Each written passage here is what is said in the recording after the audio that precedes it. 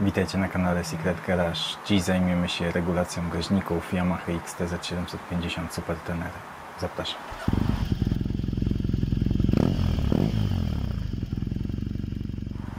Witajcie. Dziś film po dłuższej przerwie związanej ze sprawami rodzinnymi, a te zawsze mają priorytet przed garażem, także wracamy do tematu mojej Yamaha XTZ750. Dziś zajmiemy się regulacją gaźników, które na poprzednim filmie pokazałem Wam, jak poskładać, i uruchomieniem tego motocykla. Jeśli chodzi o montaż gaźników w motocyklu, no to nie będę tutaj tracił na to czasu, przedłużał tego filmu niepotrzebnie, bo jest to po prostu włożenie ich w odwrotnej kolejności do tego, jak je wyjmowaliśmy, czyli zakładamy na krótce, zakładamy wszystkie linki i podpinamy wszystkie wężyki. Zanim się w ogóle dotkniecie do gaźników, być może powinienem to powiedzieć w pierwszym filmie, zanim się w ogóle dotkniecie do gaźników, zanim się weźmiecie za ich regulację, pamiętajcie o jednym. Musicie mieć szczelny dolot, czyli pewność, że na przykład króćce nie są już spękane i nie puszczają lewego powietrza. Musicie mieć prawidłowo wyregulowane zawory. Jak to zrobić, to znajdziecie na innym z moich filmów, który Wam gdzieś tu u góry wyskoczy. Tu.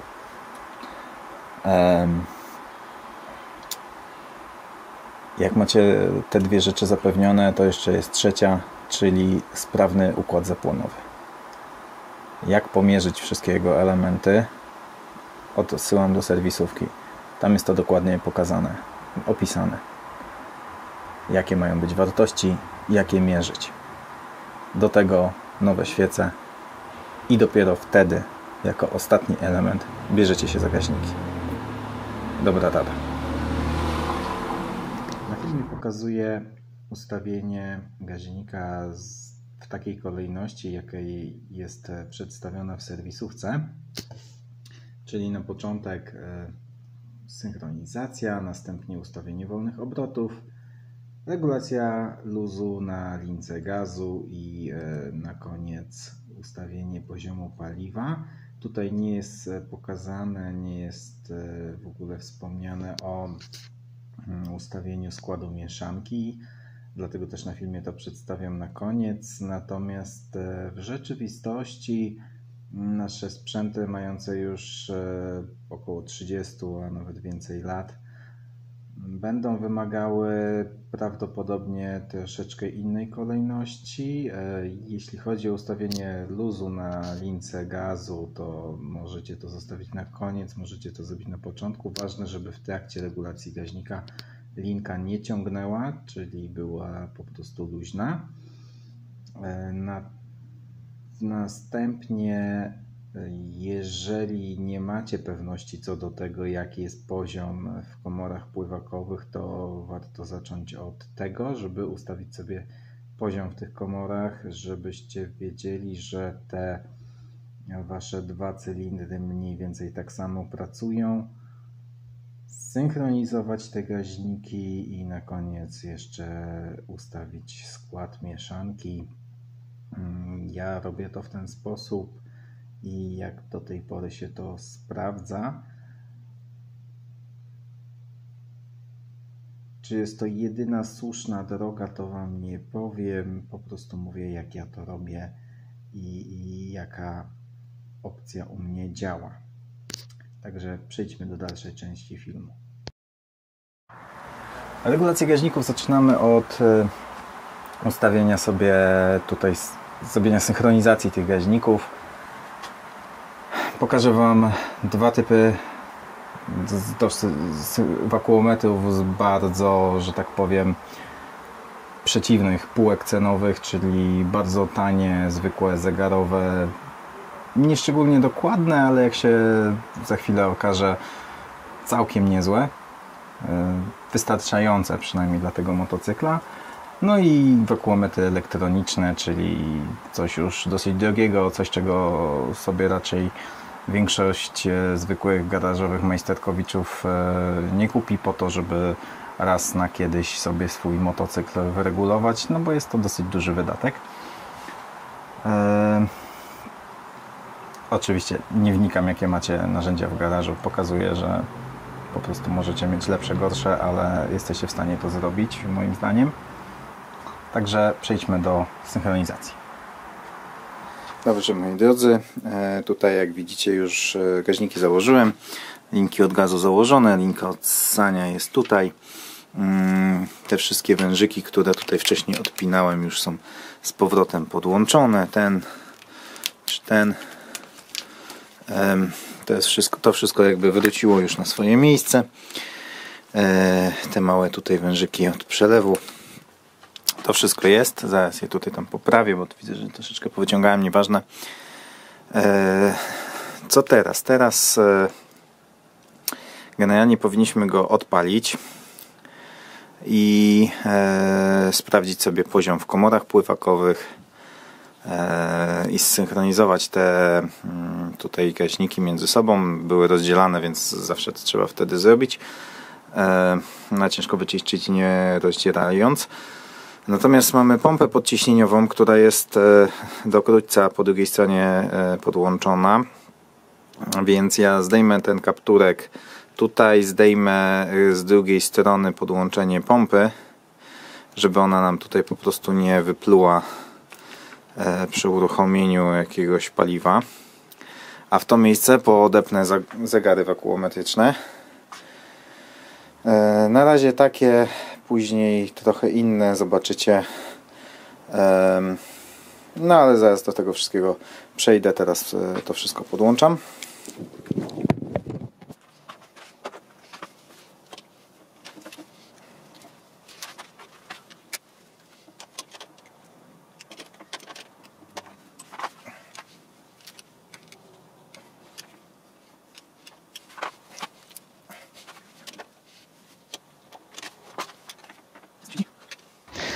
Zapewne większość ma takie zegary, jak właśnie widzicie na ekranie do synchronizacji.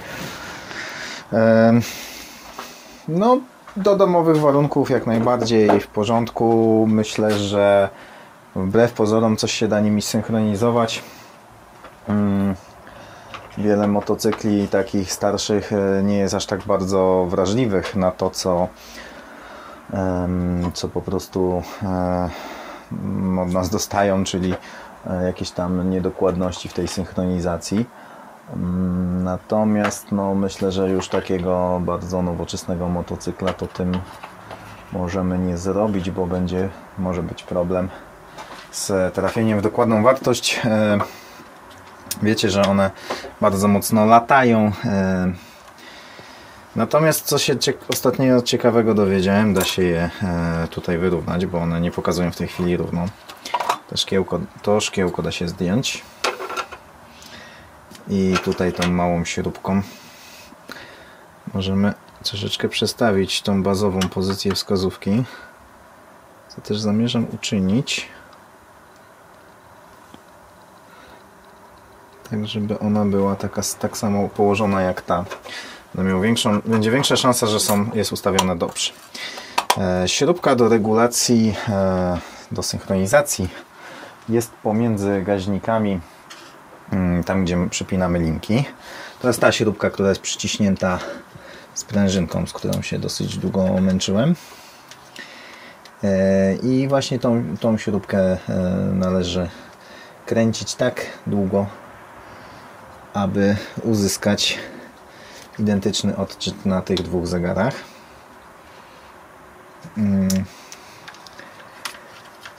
Także co? No, zagrzewamy motocykl, odpalamy silnik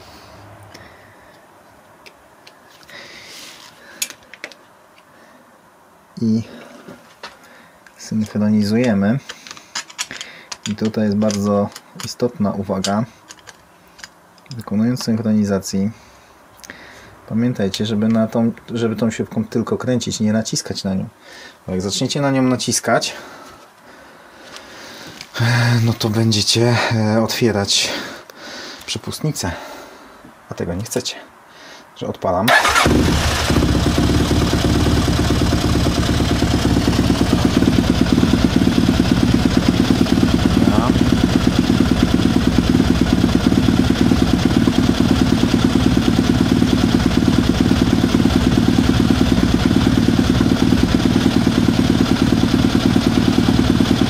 zdaniem musi troszkę drgać, bo tylko to daje szansę, że ten odczyt jest w miarę prawidłowy. Ok.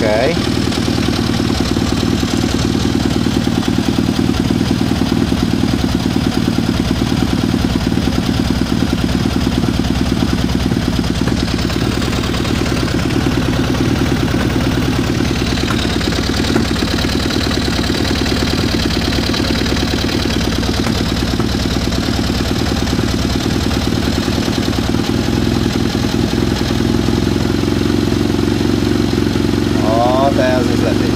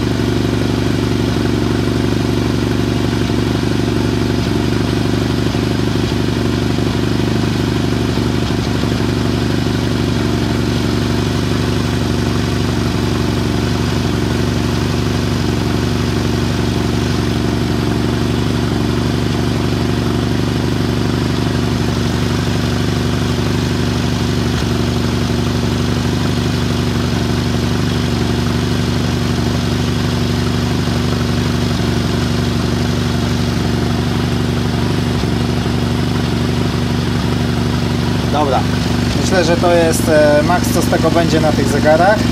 Za chwilę sobie podłączymy inne zegary i zobaczymy, co z tego wyszło.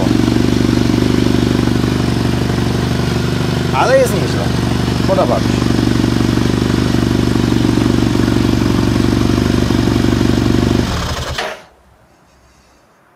No dobrze, moi drodzy, to teraz sobie wykorzystamy do synchronizacji taki cyfrowy wakuometr.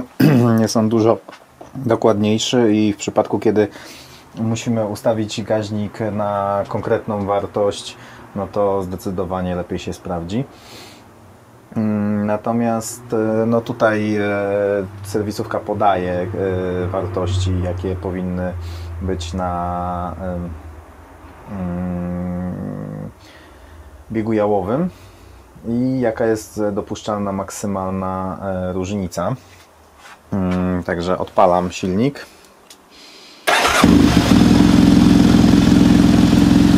Jak widzicie, tutaj jest 1320-1330 obrotów, czyli jest ciutkę za wysoko. No, sugerowałem się wcześniej oczywiście obrotomierzem. Obrotomierz nie jest tak dokładny.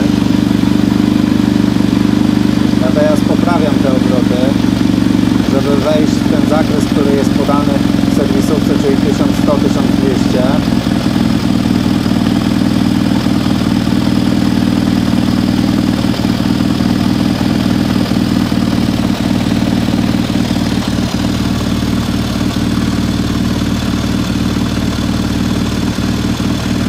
Dobra, zobaczmy. No, różnica jest praktycznie żadna, czyli tamten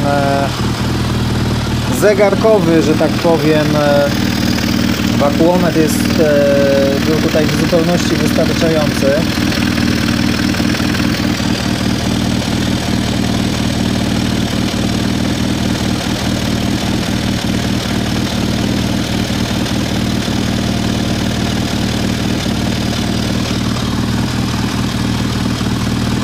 No, w tej chwili to już jest po prostu ideolo.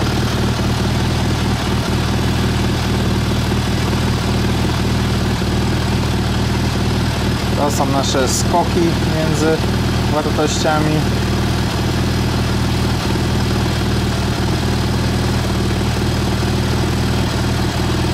Lewy cylinder, prawy cylinder. Oba nałożone na siebie. No, cylindry nie odbiegają, także jest dobrze naprawdę.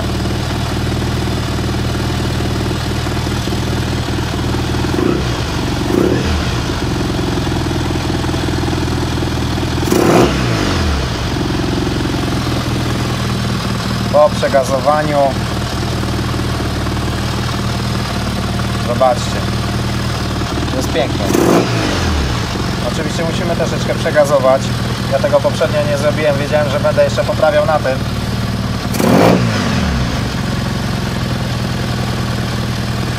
Zobaczmy, czy równo wstają. Powinny wstawać równo. No patrzcie, jak równo chodzą. Kurczę. Kamera mi się rusza. To jest oparta o motocykl. Nie miałem jak jej postawić. Ale złapię ją w rękę. Zobaczcie.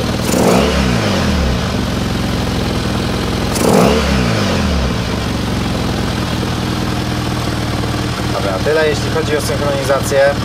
Jest idealnie równo. Zobaczcie, to jest różnica między cylindrami. Zero. Jest idealnie. Rzecz kolejna, aczkolwiek nie wiem, czy to jest najistotniejsza w tym momencie rzecz, ale zgodnie z serwisówką po synchronizacji gaźników należy ustawić wolne obroty, należy ustawić luz na lince gazu. Luz ten najlepiej ustalać przy samych gaźnikach. Tam jest śruba regulacyjna, już Wam ją pokazuję.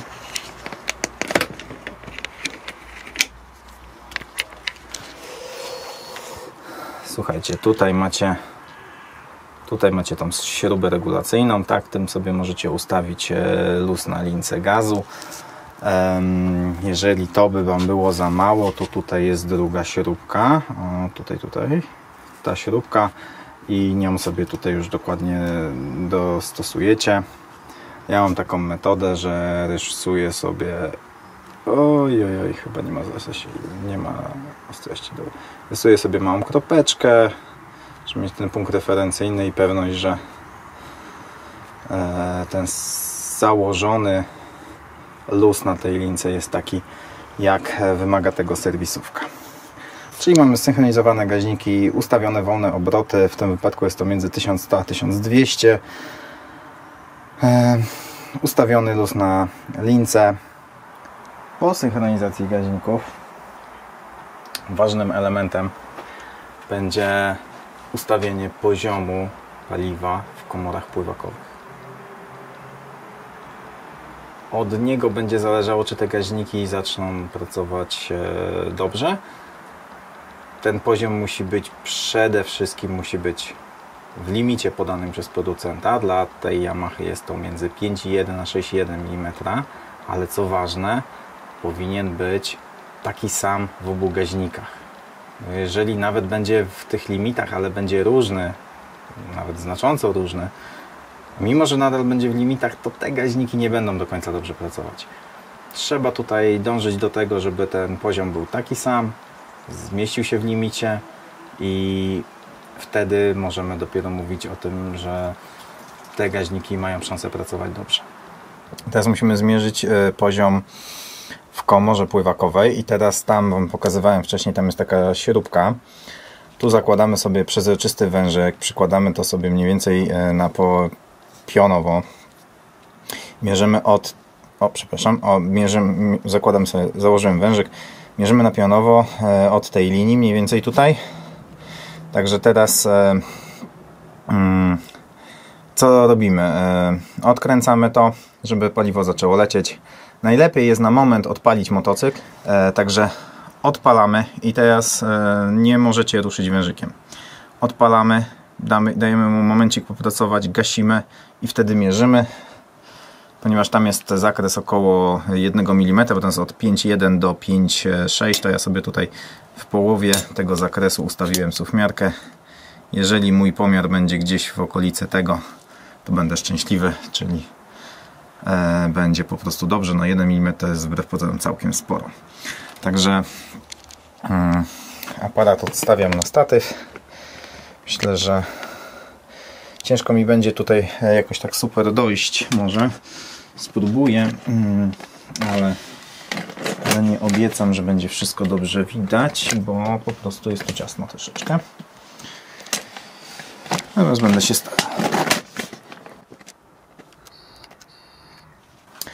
Śrubkę już mam lekko poluzowaną kluczem. Teraz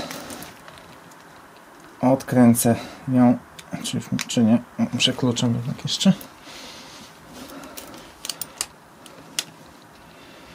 Dobra. Odkręcam, paliwo popłynęło. Pozwalam mu się tutaj wlać. No ideałem by było, żeby wypchnąć stąd całe powietrze. Także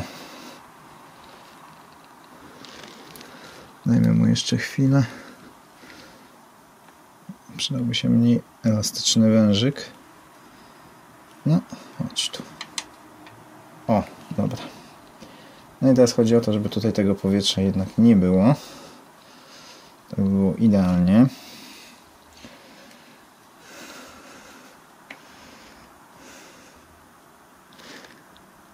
Przecież na oko widzę, że prawdopodobnie będzie dobrze, ale jednak, żeby mieć pewność, to musimy ten motocykl odpalić, bo ten pomiar może być w tej chwili jeszcze niemiarodajny. Że odpalam.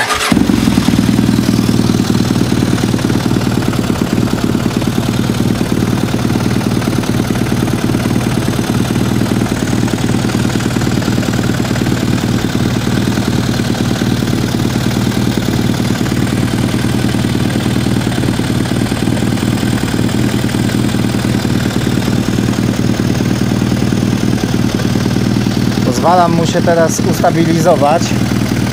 Jak już widzę, że nic się nie dzieje, gaszę i dokonuję pomiaru. No słuchajcie, no tutaj jest bardzo dobry poziom. Jest dokładnie w połowie tego, czyli tak jak być powinno. Także zakręcam moją śrubkę i zaraz przejdę sobie dokładnie to samo na drugim gaźniku.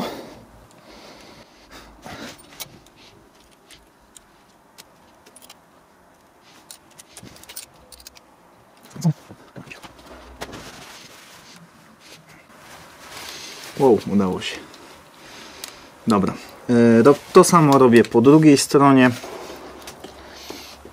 Wmiarka w pogotowiu. Pamiętajcie, żeby ta rurka Wam się tutaj nie zagięła. Ona miała, żeby paliwo miało swobodny przepływ.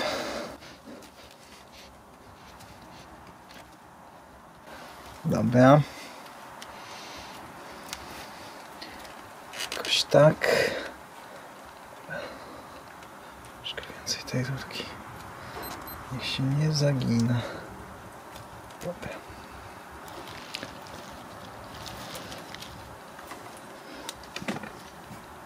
Tutaj jest gorzej widoczna ta linia podziałowa, ona jest tam bardziej na środku widoczna. No nic, próbujemy, palimy.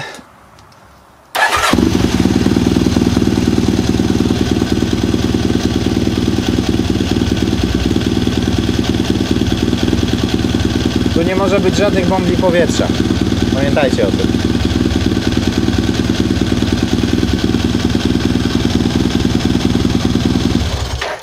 No i dobra, i nie ruszamy rurką.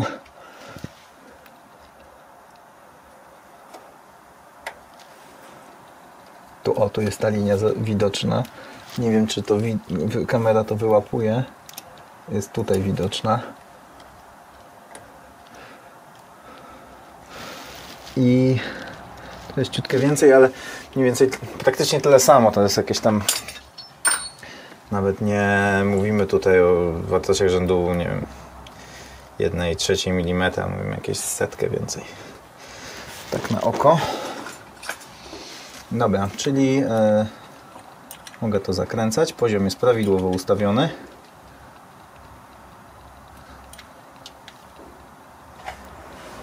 Jeśli ten poziom, który zmierzycie, odbiega od tego, co powinno być, jest nierówny, ja tego nie lubię, bo no uważam, że to nie jest może najlepsza, najszczęśliwsza metoda, ale mówi o tym nawet serwisówka, że należy blaszkę, która dociska nam zaworek, leciutko dogiąć. Wtedy pozwoli ona nam troszeczkę zmienić pozycję pływaka względem zaworka i ustawić ten poziom na odpowiednim poziomie. Ustawić tą ilość paliwa na odpowiednim poziomie. Dlaczego nie lubię? No bo jednak ta blaszka z zaworkiem, kiedy są w kącie prostym, to najlepiej wtedy pracuje. Zaworek po prostu chodzi sobie wzdłuż swojej osi, a kiedy to jest przesunięte, no to jest dopychany do jednej bądź drugiej strony, to się troszeczkę inaczej wtedy zużywa. No dużo by gadać, ale mówię, no nie przepadam za tym. Natomiast nawet serwisówka tutaj podaje taką metodę ustawienia poziomu paliwa. No to przechodzimy do najważniejszego, czyli ustawienia składu mieszanki. Do tego będą nam służyć te śrubki tutaj, które są w tym miejscu. Wiecie, o które chodzi. W serwisówce opisane jako Pilot Screw. W Polsce spotyka się to pod nazwą śruba składu mieszanki. One są wstępnie ustawione. Producent zaleca tutaj wykręcenie ich o 2 obroty. No i teoretycznie nowy silnik na takim fabrycznym ustawieniu powinien prawidłowo pracować. No, nasze silniki już nowe nie są. Mają po 30 lat około. Niektóre trochę więcej, niektóre trochę mniej. No ale jednak to jest około 30 lat. Więc niekoniecznie, no różnie są zużyte, niekoniecznie będą pracować na tym ustawieniu. No i jak tutaj teraz to zrobić, żeby było dobrze?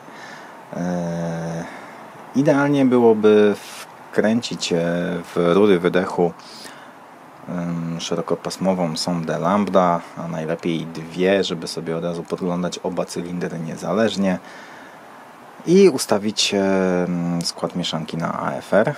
To Wam pewnie zrobi każdy dobry serwis motocyklowy i jakby to jest taka, moim zdaniem, prawidłowa procedura przy takim serwisowaniu motocykla przez profesjonalny serwis. Natomiast jeżeli trafiliście na mój kanał, to zakładam, że siedzicie właśnie we swoim garażu i sami dubiecie przy swoich motocyklach, także najprawdopodobniej nie macie w zanadrzu szerokopasmowej sondy lambda, a tym bardziej 2, jakiegoś datalogera albo przynajmniej zegara, który Wam jest w stanie pokazać na żywo wskazanie. Co w takiej sytuacji zrobić? No, taką najprostszą metodą będzie pomiar temperatury spalin. Ja to robię tak, że mam zamontowane 2 termopary, jak widzicie. Tak, są tutaj przyczepione do kolektora, mniej więcej w tej samej odległości od cylindra jedna i druga, i sobie po prostu mierzę i porównuję temperaturę między tymi 2 cylindrami. No i moim celem jest to, żeby ta temperatura była równa. Równa nie znaczy, że musi być co do 1 stopnia równa, ale jeżeli to będzie 10 stopni różnicy, to już się tym za bardzo przejmować nie będę. Jeżeli to będzie 15 stopni różnicy, to pewnie też raczej nie. Natomiast przy 50 stopniach różnicy, no to już mamy problem, bo no, to już jest duża różnica. No i teraz pojawi się na pewno pytanie, ok, ale który regulować do którego? No i teraz spieszę z odpowiedzią, jak ja to robię, jak moim zdaniem to należy do tego podejść. I tutaj podkreślam, to jest moje zdanie, moja metoda, a co Wy zrobicie ze swoim motocyklem, no to już jest Wasza decyzja i ja za to odpowiedzialności brać nie będę. Bo każdy na własną odpowiedzialność musi przy swoim motocyklu pracować. Wracając do meritum, ja reguluję tak aby dorównać do cieplejszego cylindra. Już tłumaczę dlaczego. Jak widzicie, znowu stoję przy tablicy i już Wam tłumaczę, dlaczego ja reguluję do cieplejszego cylindra, a nie do zimniejszego. Otóż problem z regulacją na podstawie temperatury jest taki, że nie wiemy, czy mamy za ubogo, czy mamy za bogato. Dlaczego? Jeżeli spojrzymy sobie na wykres, gdzie tu będziemy mieli temperaturę, a tu będziemy mieli AFR, czyli stosunek powietrza do paliwa, no to załóżmy, że gdzieś tutaj jest nasz ten stosunek stoichiometryczny, czyli taki idealny nadmiar powietrza nad paliwem potrzebny do spalenia pełnej mieszanki.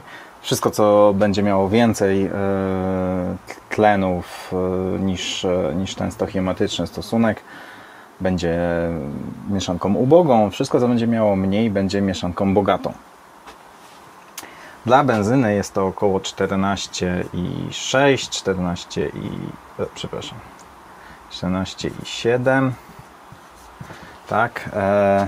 I to jest nasz ten stoichiometryczny tutaj stosunek. Co się dzieje z temperaturą? Tu jest bardziej bogato, czyli to są mniejsze wartości. Tu jest bogato.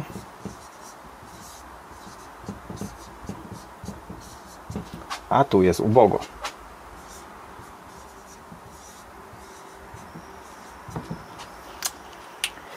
No i problem z temperaturą jest taki, że najwyższa temperatura jest dla mieszanki stoichiometrycznej. Co to znaczy? To znaczy, że jeżeli mamy temperaturę, powiedzmy, użyję innego koloru. Jeżeli temperaturę, jak czytamy tutaj sobie, to nie wiemy, czy jesteśmy tu, czy może tutaj. Więc cieplejszy cylinder w tej sytuacji będzie bliżej tego punktu. Dlatego ja tutaj reguluję do cieplejszego cylindra. Chyba że serwisówka mówi nam inaczej. Chyba że serwisówka podaje nam jakąś konkretną wartość. Oczywiście ideałem jest tutaj regulowanie tego z sondą szerokopasmową, ale mówimy tu o takich prostych garażowych metodach. Więc tak jak powiedziałem, reguluję do cieplejszego, bo cieplejszy jest bliżej tego stosunku stoichiometrycznego, a w przypadku takiego silnika jak mamy w supertenerze, czyli silnika chłodzonego wodą, no to na wolnych obrotach dążymy do tego, żeby ten właśnie ten stosunek AFR był około tego stoichiometrycznego. Skąd wiemy, że jesteśmy, jak możemy rozpoznać, że jesteśmy po stronie ubogiej bądź bogatej? No to oczywiście kręcąc śrubą i dodając powietrza bądź go ujmując, no to będziemy widzieć, czy jak dodajemy powietrza, to nam temperatura rośnie. Jeśli tak, to znaczy, że jesteśmy tutaj. Jeżeli dodajemy powietrza, a temperatura nam maleje, to znaczy, że jesteśmy tutaj. Więc jakby w ten sposób jesteśmy mniej więcej w stanie się zorientować, w której części jesteśmy.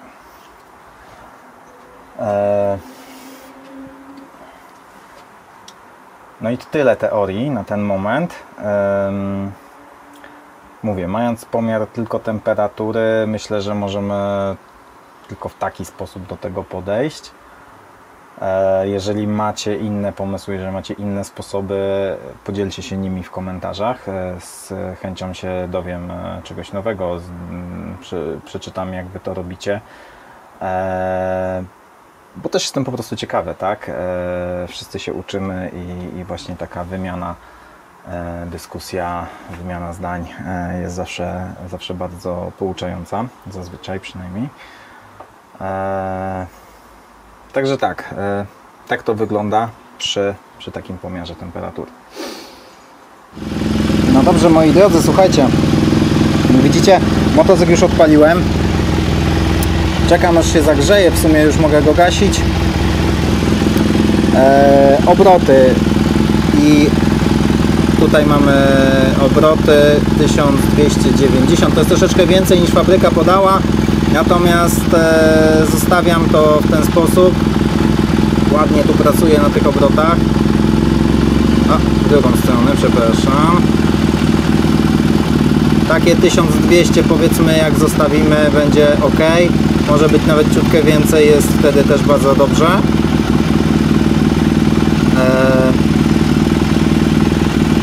Jeśli chodzi o synchronizację, to mamy tutaj jakieś 5 mB, 10 mB różnicy mniej więcej, 5-10, no to jest żadna różnica dla tego silnika.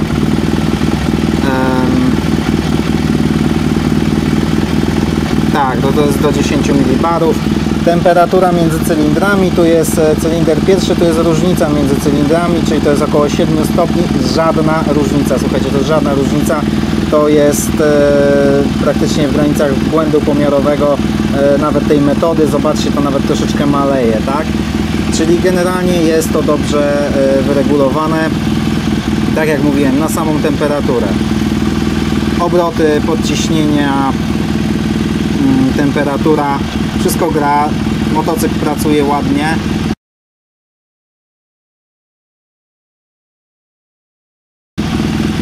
Robiłem testy drogowe, co do tego też nie mam żadnych zastrzeżeń.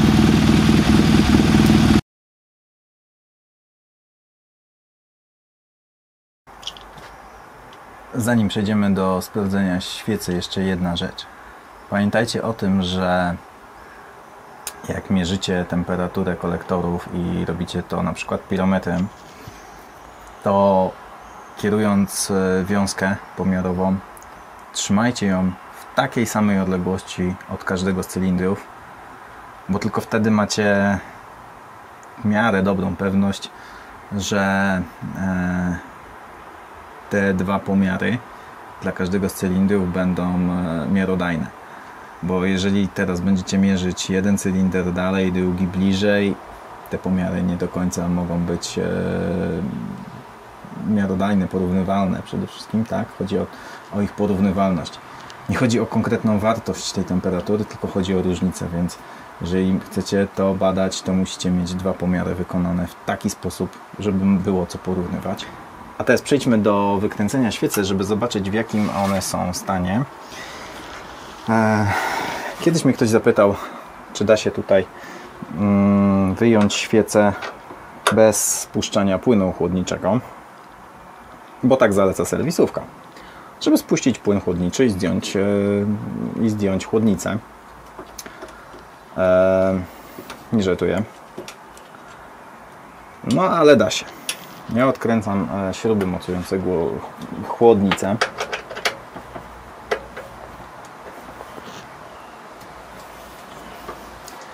Wyję śrubki M6 na dole.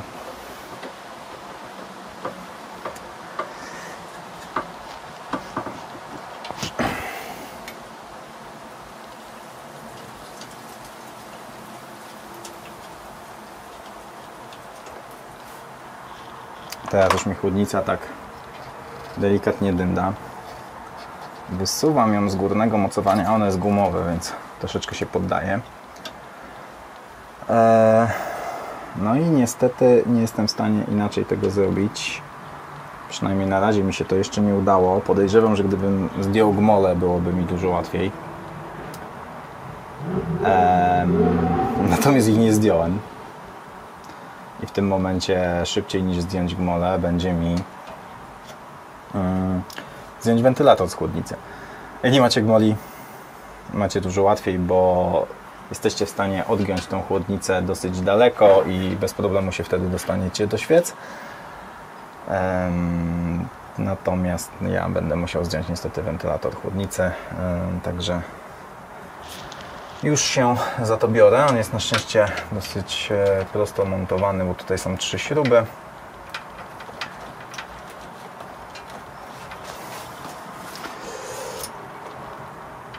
Można je odkręcić zarówno kluczem 10, jak i śrubokrętem.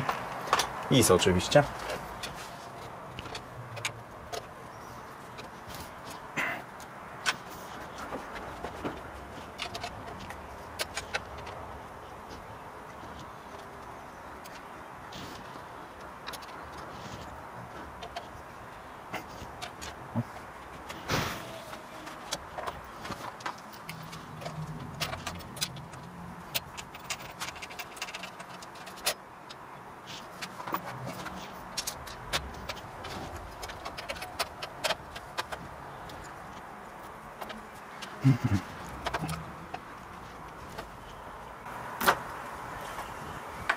Dobra, udało mi się zdjąć fajkę.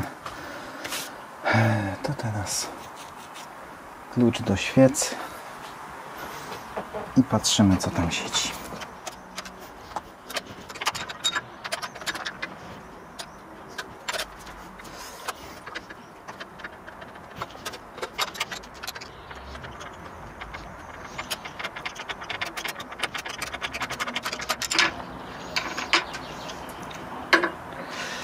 Oto i świeca. Popatrzmy, jak wygląda. No i powiem Wam,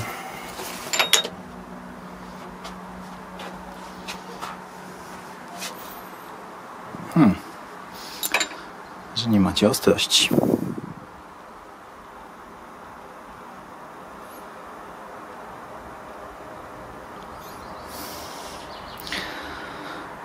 Wygląda całkiem. Oj.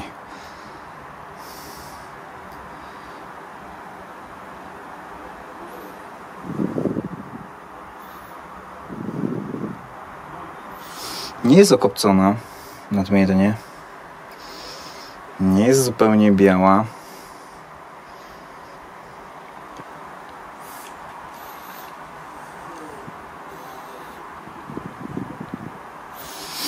Wygląda dobrze.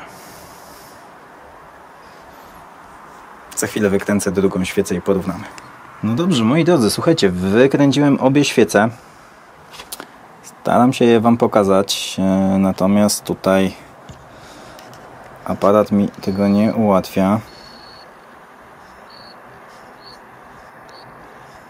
bo nie bardzo chcę złapać ostrość tam, gdzie ja bym chciał. O, udało się. Dobra, słuchajcie, kręciłem obie świece. Staram się złapać na nie ostrość. Nie. Tak. I one wyglądają tak. I moim zdaniem wyglądają bardzo dobrze. Są delikatnie beżowe. Ogólnie wszystko wskazuje na to, że jest prawidłowo ustawiona mieszanka. I tak naprawdę może tak zostać. Możemy tego już tutaj nic z tym nie robić. Co jest ważne, ustawione tak, żeby temperatura się zgadzała. Na obu cylindrach różnica była między 5 a 15 stopni, tak mniej więcej, gdzieś w tych granicach około 10 stopni różnicy mi tam mniej więcej wyszło. To jest jedna rzecz, a druga rzecz to jest to, że no jeżdżę już chwilę tym motocyklem i słyszę, że on po prostu równo pracuje, dobrze oddaje moc. Nic kompletnie się z nim niepokojącego nie dzieje, więc no tak, no to jest po prostu dobrze wyregulowane i zrobione jest to tylko i wyłącznie na temperaturze, więc da się. No dobrze, to tyle w dzisiejszym odcinku. Temat gaźników myślę, że na ten moment mamy ogarnięty. Pewnie jeszcze coś się w tym temacie pojawi, kiedy uda mi się ogarnąć szerokopasmową sondę, żeby zobaczyć, co tak naprawdę z tej mojej regulacji wyszło. No, gaźnik jest trudnym i skomplikowanym urządzeniem tak naprawdę. Jak ktoś mi mówi, że gaźnik jest prosty, a wtrysk jest skomplikowany, no to sorry, ale nie. Z wtryskiem jest troszeczkę łatwiej mimo wszystko. Wtrysk zareaguje na zmiany temperatury powietrza na zewnątrz, czy coś takiego, zrobi odpowiednią korektę. Wiadomo, napisanie mapy nie jest proste, no ale jeżeli ta mapa już jest fabryczna, no to tam problemów jest dużo mniej. Z gaźnikiem mamy to, że musimy przede wszystkim dobrze rozumieć, jak to działa, co do czego służy, co na co wpływa. Pamiętajcie, że tak jak gdzieś w trakcie filmu powiedziałem, podobne objawy dadzą nam źle wyregulowane zawory, niesprawny układ zapłonowy i tak naprawdę do gaźnika zaglądamy dopiero na sam koniec, kiedy wszystko inne działa tak jak powinno, tak? Kiedy mamy pewność, że to jest perfekt. Jeżeli chcemy mieć naprawdę dobrze wyregulowany gaźnik, no to powinniśmy po prostu na każdym z cylindrów zamontować sobie szerokopasmową sondę i mierzyć sobie AFR. Mierzyć go nie tylko na wolnych obrotach, ale również w trakcie jazdy, zobaczyć co się dzieje przy częściowych otwarciach przepustnicy, co się dzieje przy maksymalnym otwarciu przepustnicy, no bo tutaj różne elementy za różne rzeczy odpowiadają. Śruba regulacji wpływa nam na wolne obroty, na jakieś małe otwarcie przepustnicy, mniejsze prędkości obrotowe, powiedzmy do jakichś takich średnich.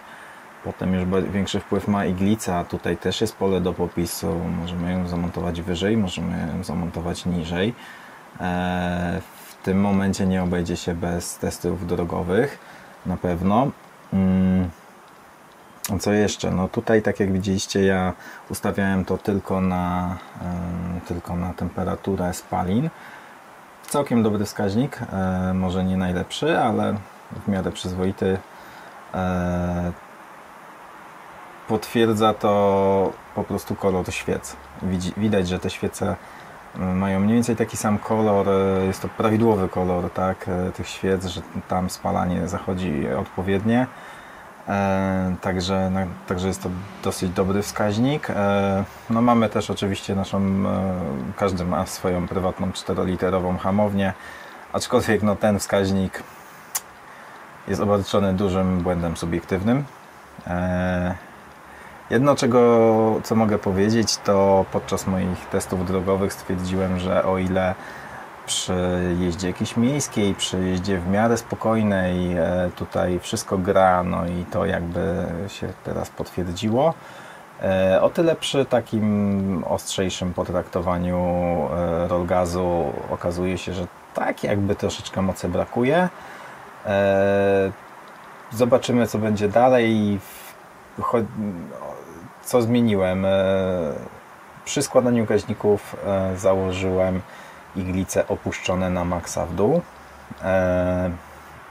Chciałem zobaczyć, jak to wpłynie na pracę motocykla, jak to wpłynie na pracę silnika.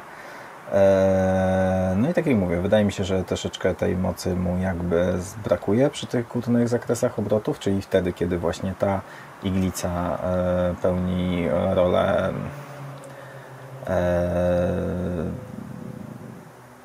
elementu dawkującego paliwo. Jest elementem dawkującym paliwo. Teraz je troszeczkę podniosłem. Znowu trochę pojeżdżę. Zobaczę, jak to wpłynie. No i tak to właśnie z tym gaźnikiem jest, że albo mamy drogi sprzęt i musimy siłą rzeczy i tak pojeździć i sprawdzić i potestować. No albo tutaj troszeczkę musimy się wyczulić na zmiany, na to, co się dzieje, skupić się na tym, co się właśnie stało z moim motocyklem po tym, co ostatnio z nim zrobiłem. No tyle, no troszeczkę się rozgadałem, ale mówię, no temat nie jest łatwy, temat jest bardzo skomplikowany i uwierzcie mi, jeżeli chcecie się za to brać, to upewnijcie się, że macie wystarczająco wiedzy i wiecie, co robicie. Takie jest moje zdanie. Jeżeli nie wiecie, co robicie, no to żeby nie napsuć, jednak polecałbym oddać to komuś, kto będzie wiedział, co robi.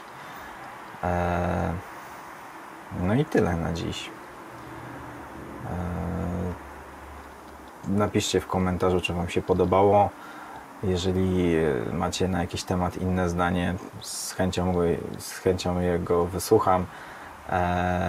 Tak jak już wcześniej mówiłem, komentarze są dla mnie bardzo cenne. Można się naprawdę powymieniać wiedzą. Także komentujcie, lajkujcie, subskrybujcie, a ja będę się starał już nie robić tak długich przerw w nadawaniu kolejnych filmów.